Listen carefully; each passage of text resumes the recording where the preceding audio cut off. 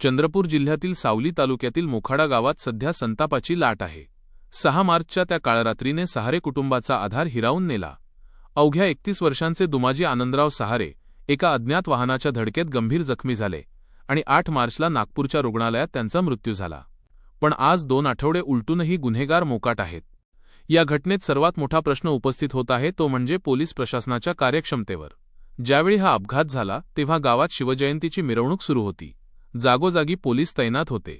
मग भरधाव वेगाने येणारे ते अज्ञात वाहन पोलिसांच्या नजरेतून सुटलेच कसे? मुख्य चौकात अपघात होऊनही वाहनाचा मागोवा का लागला नाही?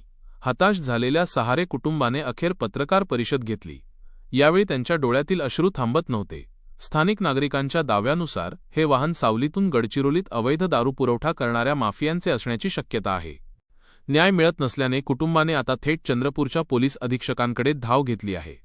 सीसीटीव्ही फुटेज तपासा, विशेष तपास पथक नेमा, पण माझ्या मुलाच्या मृत्यूला जबाबदार असणाऱ्याला सोडा नका, अशी आर्त हाक दुमाजींच्या कुटुंबियांनी दिली आहे।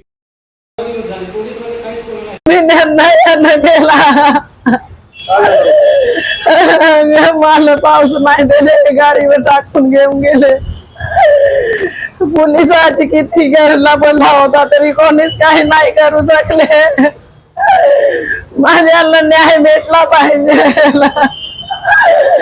माझा बाप्पा, मी काय करू? त्याच्यावर माझा जगणं आहे रे बाप्पा। मी कसे जगू? राहिले आता गाडीचा शोध तर माहितच नाही। गाडी खूप स्पीड मध्ये होती, पण सगळे गावातले लोक बोलून राहिले की ती गाडी दारूवाल्याची होती।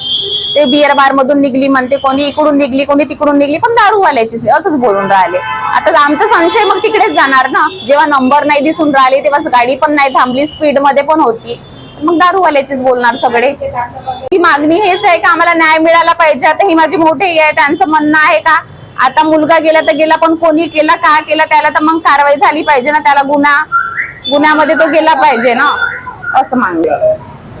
आता एसपी ऑफिस मध्ये गेलो होतो आम्ही। आता तिथे सावलीच्या पोलीस स्टेशन मध्ये 2-3दा माझी वहिनी गेली, तिथं काहीच नाही झालं। तर मग आता म्हणून आज यांनी चंद्रपूरला आले एसपी ऑफिस मध्ये। तर